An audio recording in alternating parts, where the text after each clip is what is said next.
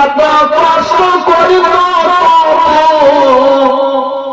এত কষ্ট করিব ধরতি হারাত না নিজের পোশাক না পাওয়ার পরে স্বামীর কাছে বাহানা করত না। কেমন নারী কোথায় পাবে বলো, সেই নারীর পথে চললে পরে জাহান্নামে ঢোকে না। ওই ফাতেমা রাস্তায় চললে জাহান্নামে কেউ যাবে? জীবনে শুনলে হবে না, নিজের জীবনটাকে ওই রকম তৈরি করো, ওই রকম তৈরি করো। কেমন ছিল ফাতেমা? সকালবেলায় উঠছে নাতা খালাতে শ্বশুর বলছে চা করে দাও, ওইভাবেই করে দিয়ে দিল। অনেক মহিলাই এমন আছে, আছে না বাবা? এখন তো সব ডিজিটাল হয়ে গেছে।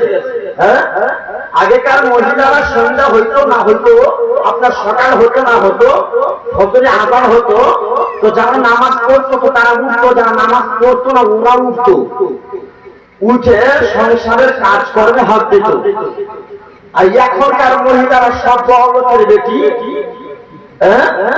উঠছে 9টার দিকে, তোমার স্বামী বলছে কখন নাস্তা পানি তৈরি করবে, তো বলছে তুমি আজকে তৈরি করতে পারো না, আমি তো করছি, তুমি আজকে একটু করো, চিন্তা করতে পারো? হ্যাঁ, বাদরার মতো মুখ নিয়ে 9টার দিকে উঠছে, তো যার মা 9টার দিকে বিছানা থেকে ওঠে আর বেটার অবস্থা কি হবে? আর কিছু কিছু আমরা যুবক সকালবেলা 8টার দিকে ঘুরে বেড়াচ্ছে, নামাজ বলে কাজা না, তার মানে বলছে পড়িলে তো কাজা কিসে, পড়লে তো কাজা হবে, পড়িলে তো কাজা কিসে না। সারা রাত মোবাইল চালাইছে,